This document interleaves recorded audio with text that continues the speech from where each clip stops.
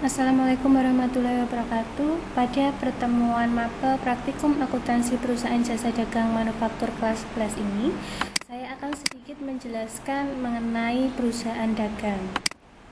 Adapun tujuan pembelajarannya untuk pertemuan kali ini, yang pertama adalah menjelaskan ruang lingkup perusahaan dagang, kemudian memahami transaksi di perusahaan dagang, dan yang terakhir memahami jurnal pada perusahaan dagang. Yang pertama ada perusahaan dagang. Perusahaan dagang merupakan perusahaan yang kegiatannya membeli, menyimpan, dan menjual kembali tanpa melakukan perubahan terhadap barang tersebut. Contohnya ada agen, grosir, importir, eksportir, swalayan, minimarket, dan lain sebagainya. Kemudian rekening khusus untuk perusahaan dagang ini antara lain ada pembelian atau sering disebut dengan purchase. Rekening ini digunakan untuk mencatat semua transaksi yang berkaitan dengan pembelian barang dagang, baik secara tunai maupun kredit.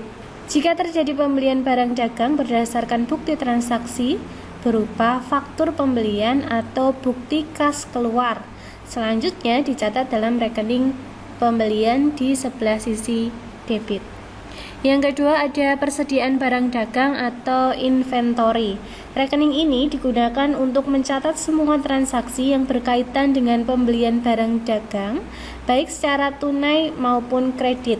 Jika terjadi pembelian barang dagang berdasarkan bukti transaksinya berupa faktur pembelian atau bukti kas keluar, selanjutnya dicatat dalam rekening persediaan barang dagang di sebelah debit. Yang ketiga ada retur pembelian dan pengurangan harga. Rekening ini digunakan untuk mencatat transaksi yang berkaitan dengan pengembalian barang dagang yang telah dibeli, tetapi dikembalikan karena barang tidak sesuai dengan yang dipesan atau barang tersebut rusak. Nah, jika terjadi pengembalian barang atau retur yang telah dibelinya, maka bukti transaksinya berupa nota debit. Yang keempat ada potongan pembelian atau purchase discount. Rekening ini digunakan untuk mencatat transaksi yang terjadi karena ada potongan pembelian. Yang kelima ada beban angkut pembelian.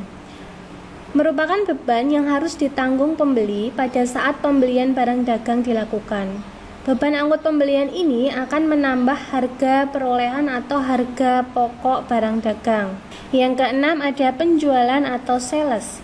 Rekening ini digunakan untuk mencatat transaksi penjualan barang dagang baik secara tunai maupun kredit. Bukti transaksi atas penjualan barang dagang ini berupa faktur atau bukti penerimaan kas atau kwitansi. Yang ketujuh ada retur penjualan dan pengurangan harga. Rekening ini digunakan untuk mencatat transaksi yang berkaitan dengan pengembalian barang yang telah dijual tetapi dikembalikan oleh pembeli karena barang tidak sesuai dengan yang dipesan atau barang tersebut rusak. Nah, jika terjadi pengembalian faktur barang dagang yang telah dijual, maka bukti transaksinya berupa nota kredit. Yang kedelapan ada potongan penjualan atau sales discount. Rekening ini digunakan untuk mencatat transaksi yang terjadi karena adanya potongan penjualan. Yang terakhir ada beban angkut penjualan. Rekening ini digunakan untuk mencatat setiap transaksi penjualan apabila dalam perjanjian jual beli, penjual yang menanggung beban tersebut. Bukti transaksi yang digunakan sebagai sumber pencatatannya berupa kwitansi atau bukti kas keluar. Selanjutnya ada pengukuran laba atau rugi di perusahaan dagang. Untuk menghitung laba dan rugi di perusahaan dagang, yang pertama kita harus memiliki penjualan. Setelah penjualan, nanti dikurangi oleh HPP. HPP di perusahaan dagang ini maksudnya adalah harga pokok penjualan. Setelah penjualan dikurangi HPP, ketemulah laba kotor. Nah, laba kotor ini nanti masih dikurangi lagi beban operasional, maka ketemulah laba atau rugi bersih. Nah, bagaimana cara mencari HPP atau harga pokok penjualan? Nah, di sini ada contoh laporan harga pokok penjualan. Yang pertama, kita harus mengetahui persediaan barang dagang awal dulu, kemudian kita mencari pembelian bersih, yaitu dari pembelian ditambah beban angkut pembelian dikurangi retur pembelian dan dikurangi potongan pembelian. Nanti ketemu pembelian bersih, persediaan barang dagang awal ditambah pembelian bersih dikurangi persediaan akhir, ketemulah harga pokok penjualan. Tapi untuk mempermudah, biasanya saya menggunakan rumus awal beli angkut repot akhir. Maksudnya di sini adalah awal ditambah pembelian ditambah angkut dikurangi repot, retur, potongan, dan persediaan barang dagang akhir. Selanjutnya ada soal kasus. Nah, di sini ada soal atau data dari PT Unggul. Nah, tugas kalian adalah menghitung HPP-nya. Kalian membuat laporan HPP-nya.